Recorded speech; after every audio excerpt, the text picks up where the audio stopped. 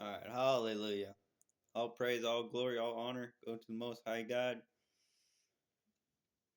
Quick message about dealing with regret and the value, importance of righteous guidance.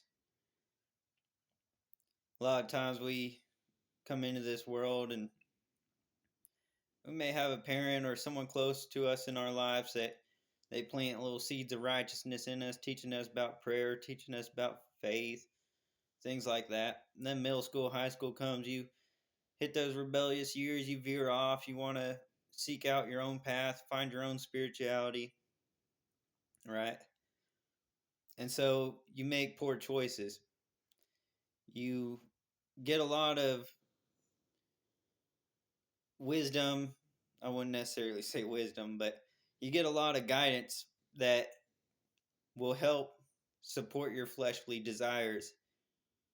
Like someone, your friends, people of your community, or even an older peer, they may teach you like, here's how to do it without getting caught. Here's how to do it if you get pulled over. You know, here's how you do it safely. But none of it pertains to righteousness. It's encouraging and, in a way, supporting your fleshly desires by not showing you righteous guidance. Just giving you wisdom, giving you counsel on something that will still allow you to fulfill the desires of your flesh. And so you get older and you look back and you start to have regrets of what you would have done differently, or the years you wasted chasing all these wicked devices, getting caught up in certain sins. And yeah, you may have, through the process of it all, you may have wisdom or guidance about how to do it safely, and you may have came out unharmed. You've been able to walk away free because of the guidance you had during that time. But none of it pertains to righteousness. None of it is rooted in biblical principles. So it doesn't keep you accountable to walk in that righteous path.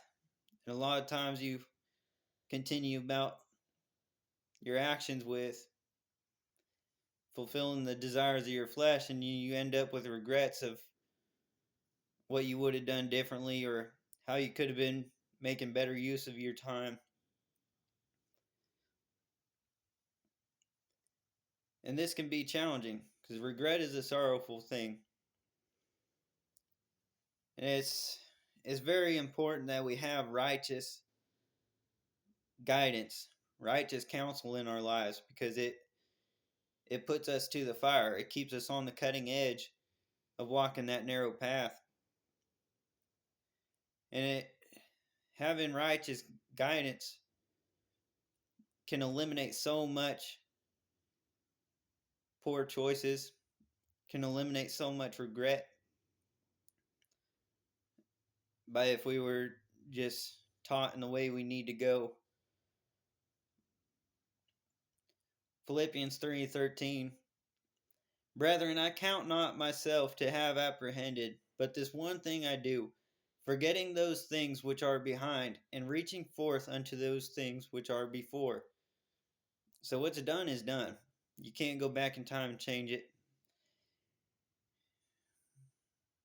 What are you going to do with the time you have now?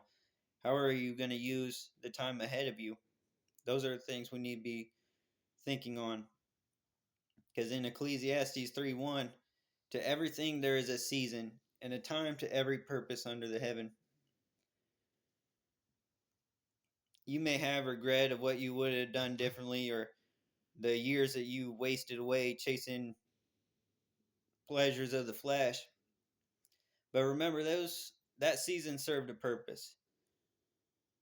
The important thing is that you learn from it, and you've gone through that experience, so now you can help the next person who may be falling off track and veering down that road of entertaining sin.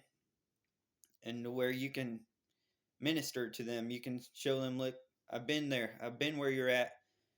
It's not worth it. People gave me a lot of wisdom of the world, and none of it pertained to righteousness. So here's what I want you to do. Here's my advice to you. Now that you've gone through those experiences and you may have regret, but you can't beat yourself up over it because it served a purpose. By you going through that, making foolish decisions, you now can look back and minister to someone who is going down that road.